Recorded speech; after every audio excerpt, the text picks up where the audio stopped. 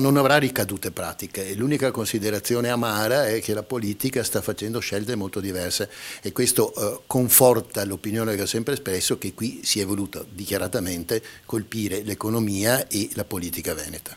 L'ennesimo schiaffo al Veneto e ai suoi risparmiatori.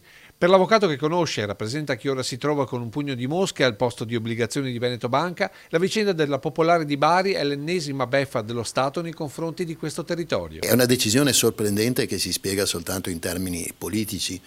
Voglio ricordare che per le banche dell'Italia centrale venne adottato il meccanismo della risoluzione, meno traumatico rispetto alla liquidazione coatta amministrativa, quella imposta alle banche popolari venete. Qui si ha un intervento completamente diverso e sostanzialmente mirato a risanare una banca che ha un 25% espressamente dichiarato di NPL rispetto al proprio patrimonio.